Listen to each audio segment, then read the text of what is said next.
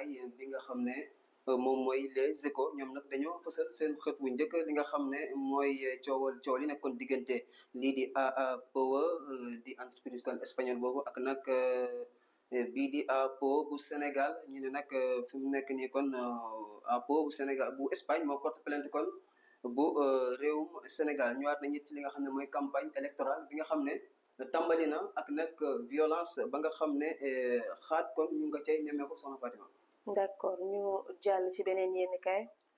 Walf Quotidien lay doon ñoom nag ñu ngi fësal seen xët wu njëkk li nga xam ne moom mooy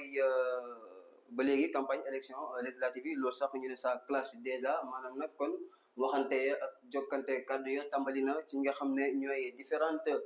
lii di kon en tout cas liste yi rawatina nag tête de liste ñu fësal Amadou Ba Ousmane Sonko Amadou Mame Diop ak nag ki nga xam ne moom mooy Barthélémy Dias. d'accord ñu jàll ci tribune. tribune yéenekaay daa fësal ci xëtam bu njëkk Bougane Gueye Dany mi nga xam ne nag booba léegi mu ngi kaso ñuy sàkku nag kon daal ñu génne ko ñëw nañ nag ci ay révélation yoo xam ne ñu ne def na ko gannaaw bi mu jàkkaarloo ak ñi nga xam ne ñoom ñooy enquêteurs yi. ñu jàll ci L'As quotidien moom daa fësal ci xëtam bu njëkk démarrage campagne ba ñu ne nag commencé na en faveur maanaam daal tàmbali na ci ak xumbaare ñu fësal nag ki nga xam ne moom mooy njiital coalition yi ak it li nga xam ne nag moom mooy coalition sàmm sa kàddu di laaj ñu corriger ay erreurs yi amoon ci présidentielle ba bu dee nag Mouhamadou Madane Kane mi nga xam ne mooy njiital coalition dund moom ngi ne nag Sénégal dafa sonn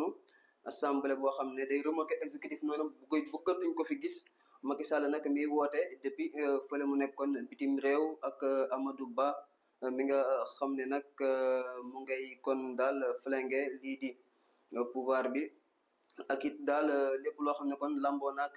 élection législative yooyu la nga xam ne campagne bi tàmbali na dem. ñu daal nag campagne bi tijji na wante daa mel ni Pastef nag fi mu nekk nii kon moo jëlagum raw gàddu gi ci wàllum campagne ndax nag Ousmane Sonko démb kon yëngal na campagne bi bu baax a baax sunu Fatima.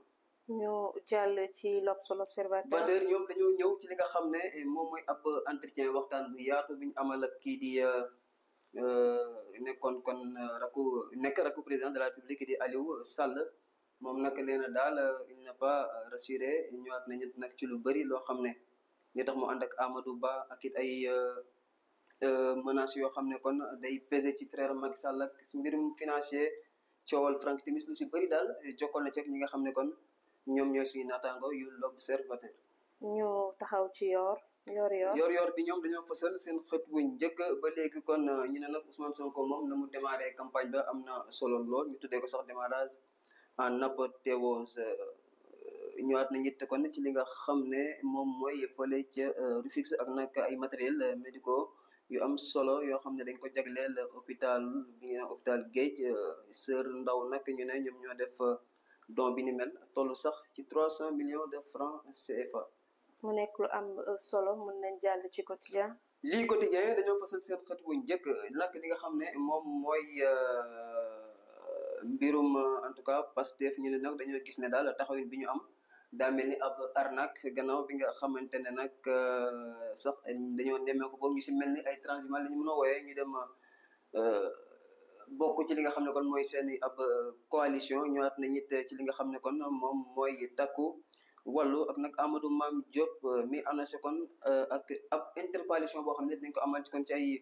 localité yu bëree bëri wante it ay meeting ak i daal tàmbali campagne boo xam ne kon nam ñemeeku nañ ko démb ci coalition yu bëree bëri. ñu taxaw ci Source A. Source A dañoo fasal seen xët bu njëkk ñi nga xam ne nag kon ay leaderu parti lañ ku ca mel ni Anta Babacar Ngom di àddu jëmale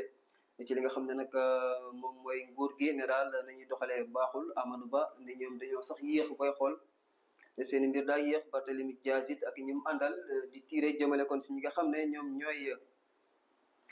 waa Pastef wante Ousmane Sonko ak nag ñu ne défi bi nga xam ne Pastef daal bëgg nañ ko mooy am 150 députés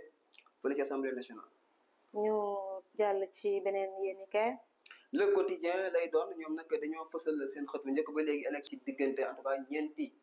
coalition wala daal ñeenti en tout cas formation politique yi nga xam ne ñoo ci gën a fës muy Pastef muy nag jàmm ak njëriñ Amadou Ba coalition ñi mu àndal muy sàmm sa kaddu wante it takk wàllu ko ca nekkoon ñu fësal la di wane daal seen digg kon booy xool guerre ba ca ñoom la. ñu jàll ci beneen yéenekaay. muy tribune du sport moom lañ koy jeexalee ñoom nag dañoo fësal seen xët wu njëkk kon ndam lu am solo yi nga xam ne kon suñu gaynde yi Sénégal am nañ ko jëlati li nga xam ne moom mooy Coupe d'Afrique bi soccer gannaaw bi ñu dooree nag kii di Mauritanie ca final ba lii nag day nekk seen 8e trophée ci compétition boobu la nga xam ne moom feeg Afrique kenn naatablewut li ñoom ñoo ca mën.